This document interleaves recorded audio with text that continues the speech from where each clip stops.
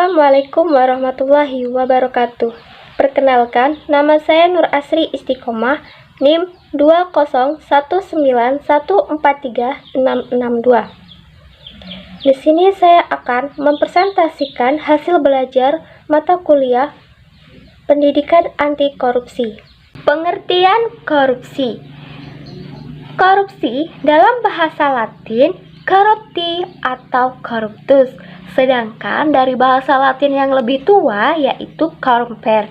Nah, istilah korupsi dalam bahasa Inggris corruption dan corrupt. Dalam bahasa Prancisnya korupsi yaitu corruption, dan dalam bahasa Belanda corruptie, yang menjadikan kata korupsi dalam bahasa Indonesia. Korupsi adalah penyelewengan atau penyalahgunaan uang negara atau perusahaan dan sebagainya untuk keuntungan pribadi orang lain atau diri sendiri. Mengkorupsi adalah menyelewengkan atau menggelapkan uang dan sebagainya. Nah, berdasarkan Undang-Undang Nomor 31 Tahun 1999, korupsi adalah tindakan setiap orang yang secara melawan hukum melakukan perbuatan memperkaya diri sendiri atau orang lain atau suatu korporasi yang dapat merugikan keuangan negara atau perekonomian negara. Korupsi juga diartikan sebagai tindakan setiap orang yang dengan tujuan menguntungkan diri sendiri atau orang lain atau suatu korporasi, juga menyalahgunakan kewenangan, kesempatan, atau sarana yang ada padanya karena jabatan atau kedudukan yang dapat merugikan keuangan negara atau perekonomian negara. Penyebab korupsi. Ada beberapa teori yang mengemukakan penyebab orang melakukan tindakan korupsi. Berikut teori yang paling umum.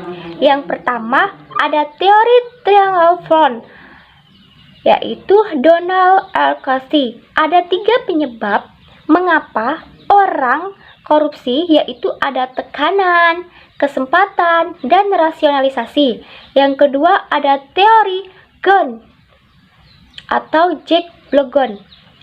Faktor-faktor penyebab korupsi adalah keserakahan, kesempatan, kebutuhan, dan pengungkapan. Yang ketiga, teori CDMA atau Robert Kliggard.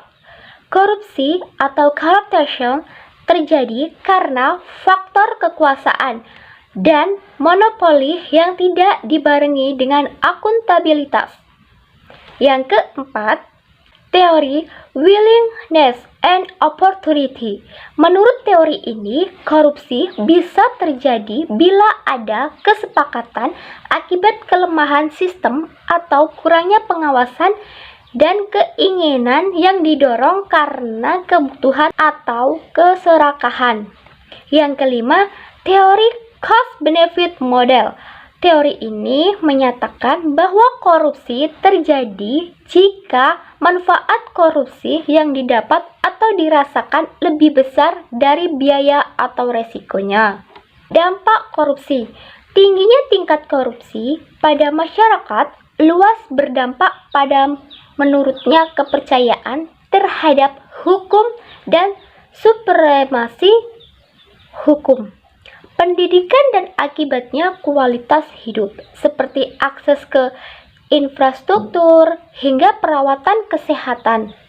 Dampak korupsi dapat dirasakan dalam berbagai bidang, antara lain seperti dampak ekonomi, dampak sosial dan kemiskinan masyarakat, dampak birokrasi pemerintahan, dampak politik dan demokrasi, dampak terhadap penegak hukum, dampak terhadap pertahanan dan keamanan, dan dampak kerusakan lingkungan. Pentingnya pendidikan anti korupsi bagi mahasiswa. Pendidikan anti korupsi sesungguhnya berperan sangat penting guna mencegah tindak pidana korupsi. Jika KPK dan beberapa instansi anti korupsi lainnya menangkapi para koruptor, maka pendidikan anti korupsi juga penting guna mencegah adanya koruptor. Seperti pentingnya pelajaran akhlak dan moral. Pelajaran akhlak penting guna mencegah terjadinya kriminalitas.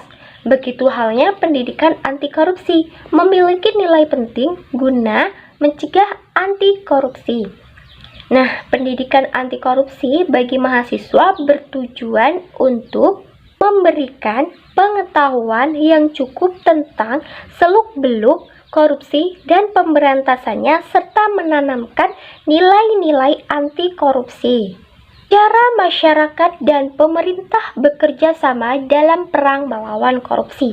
Secara umum, upaya pemberantasan korupsi biasanya terdiri dari dua bagian, yaitu penindakan dan pencegahan.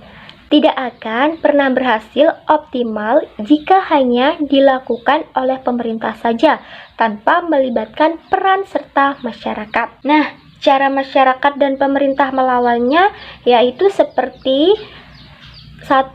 Akhiri imunitas. 2. Mereformasi administrasi publik dan manajemen keuangan. 3. Mengenali jenis korupsi. 4.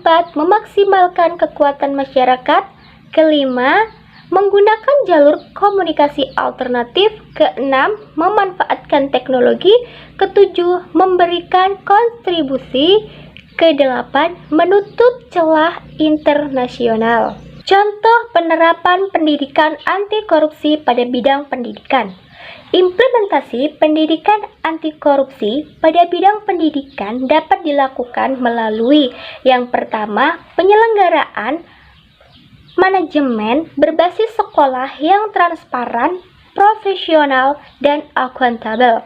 Yang kedua, penerapan strategi pembelajaran dan cara menginteraksikan nilai-nilai korupsi ke dalam pembelajaran seperti mata pelajaran yang sesuai, muatan lokal, dan pengembangan diri. Karena nilai anti korupsi belum terrekomendasi secara eksplisit dalam kurikulum 2006. Dan yang ketiga, partisipasi masyarakat dengan pemanfaatan teknologi informasi dan komunikasi.